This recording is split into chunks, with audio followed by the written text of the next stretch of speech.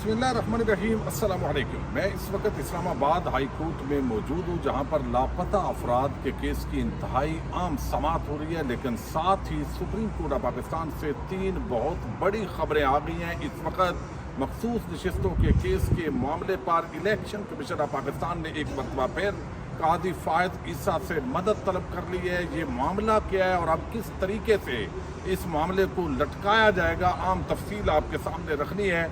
दूसरी तरफ एक और बड़ी डेवलपमेंट हुई है। जस्टिस मंसूर अली शाह ने चीफ जस्टिस कादी फायद ईसा को 2 दिन पहले एक ख़त लिखा था और आज कादी फायद ईसा ने उस ख़त का जवाब दिया है।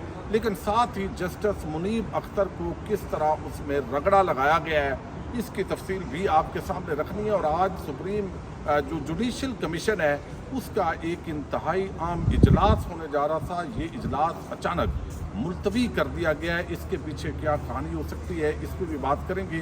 उम्मीद है वीडियो आप समाप्त करेंगे और जो फायर वाल लगी है उसको अपने कमेंट और लाइक के ज़रिए तोड़ने के अंदर मदद करेंगे।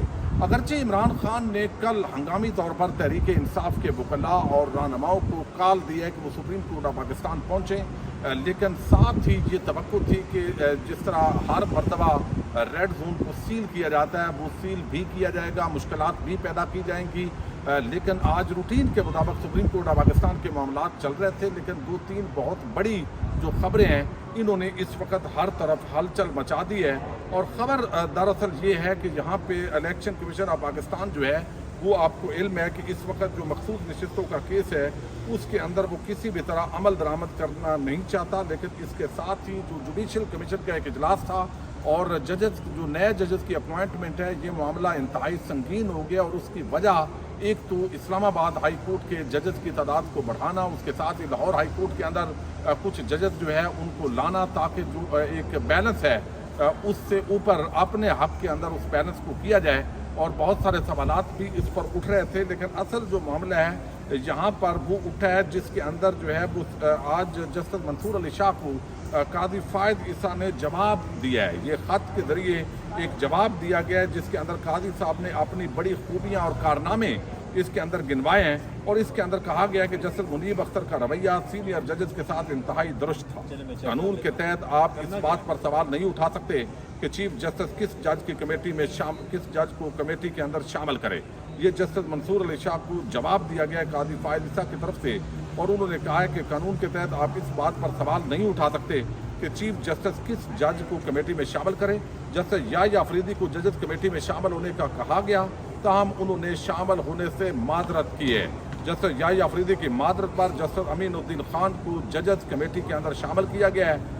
ये चूँकि इसके अंदर सवाल उठाया गया था कि कादी फायद ईसा साहब क्या वजह है कि आपने जस्टिस याह्या अफरीदी जो सीनियर मोस्ट जज थे उनको हटा के उनकी जगह पर एक चौथे नंबर का जो जज है उसको लेकर आए हैं। लेकिन साथ ही जो है वो उन्होंने ये सवाल तो उठाया है, लेकिन इस पर एक कोर्ट रिपोर्टर हैं, बड़े सीनियर हैं इस्लामाबाद हाई कोर्ट से, जस्टिस कह रहा हूँ साकिब बशीर साहब, वो लिखते हैं कि जस्टिस मुनीब अख्तर को प्रैक्टिस एंड प्रोसीजर कमेटी से अलग क्यों किया।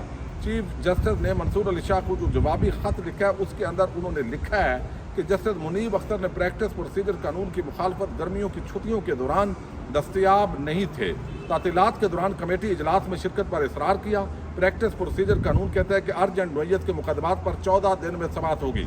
जस्टिस मुनीब अख्तर ने तातीलात के दौरान अर्जेंट मुकदमात सुनने से इनकार कानूनी की नफ़ी की है। सीनियर जजेस का एहतराम नहीं किया। एडहाक जजेस को 1100 मुकदमात सुनने तक महदूद कर दिया। कमेटी में रवैया मुनासिब नहीं था, इजलास से वाकआउट कर गए। ऑडियो लीक केस में हुक्म इम्तना दिया। आइनी मुकदमात में जल्द हुक्म इम्तना दिए बगैर इन मुकदमात को सुनना चाहिए। फिर उन्होंने कहा कि मैंने तो हमेशा एहतसाब का बड़ा हामी रहा हूँ, मैं तो हमेशा कानून और कंडक्ट का बड़ा एहतराम करने वाला जज हूँ। कादी साहब ने ये वादे किया है। लेकिन ये बड़ा आम सवाल है कि उनको ये जो केस हैं अर्जेंट नोयत के, जिनका नून लीग पीपल्स पार्टी को फ़ायदा पहुँचना है, जिनको इलेक्शन कमीशन को जिससे फ़ायदा पहुँचना है, वो तो कादी साहब बड़ा जोर देकर कहते हैं कि वो हमें हर सूरत लगाने चाहिए। लेकिन दूसरी तरफ जिस तरह जो तहरीक इंसाफ से रेलेवेंट जो मुकदमात हैं वो सारी चीज़ें उनको उस तरीके से ज़हन के अंदर जो है वो नहीं होती। बंद करते हैं यार खुदा के बंदे। दूसरी तरफ जो है वो आज जुडिशल कमीशन का एक इंतहाई आम इजलास था और तवक्को ये थी कि इजलास अपने मुकर्रर टाइम पर होगा, चूँकि नए जजेस की तैनाती का मामला है, बहुत सारे आम अमूर पर मुशावरत करनी है। लेकिन इस वक्त जो सुप्रीम कोर्ट ऑफ पाकिस्तान के अंदर जो जजेस की बगैर लड़ाई है और काजी साहब अपनी एक्सटेंशन के लिए हाथ पांव मारते दिखाई दे रहे हैं और जस्टिस मंसूर अली शाह और दीगर 8 जजेस जो है वो अपने उस मामले पर डटे हुए हैं। इस सूरत हाल के अंदर अब ये जुडिशल कमीशन का इंतहाई आम इजलास मुलतवी हुआ है। कल चूँकि इमरान खान ने भी हंगामी तौर पर जो है वो ऐलान किया है कि हर सूरत सुप्रीम कोर्ट ऑफ पाकिस्तान जो कानूनदान है, जो वकला है, कम्यूनिटी है, सिविल सोसाइटी है, वो पहुँचे।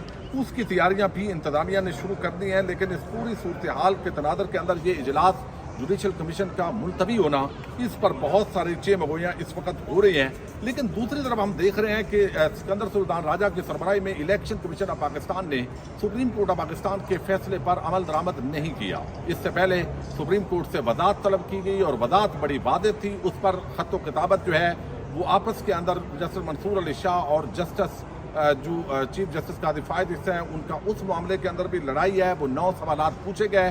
कल रजिस्ट्रार ने उन 9 सवालात के जवाबात भी दिए कि हमारे पास काज लिस्ट भी जारी नहीं हुई, फरीकैन को नोटिस नहीं हुए, इस तरह के सवालात थे। हालांकि इसके अंदर ना काज लिस्ट की बगैर ज़रूरत थी, ना इसके ऊपर जो है वो यहाँ पे इजलास की ज़रूरत थी, बल्कि एक बाकायदा जो गलतफहमी थी उसको दूर कर दिया गया था। लेकिन चूंकि इलेक्शन कमीशन इस वक्त बगैर पूरी तरह खेल रहा है जो जिस अंदाज के अंदर, तो उन्होंने आज जब टाइम गेन करने के लिए पिछले 7 दिन वो इजलास करते रहे, फैसला नहीं हुआ। कल दो मेंबरान हैं, उन्होंने कहा कि हम पर तौहीन अदालत लग सकती है, लिहाजा हमें इस मामले को कंक्लूड करना चाहिए। और आज इलेक्शन कमीशन ऑफ पाकिस्तान ने सुप्रीम कोर्ट ऑफ पाकिस्तान के अंदर एक दरख्वास्त दायर की है और इस दरख्वास्त के अंदर चूंकि हुकूमत एक एक्ट लेकर आई थी और उस एक्ट को बुनियाद बनाकर इलेक्शन कमीशन ने आज ये दरख्वास्त दायर की है।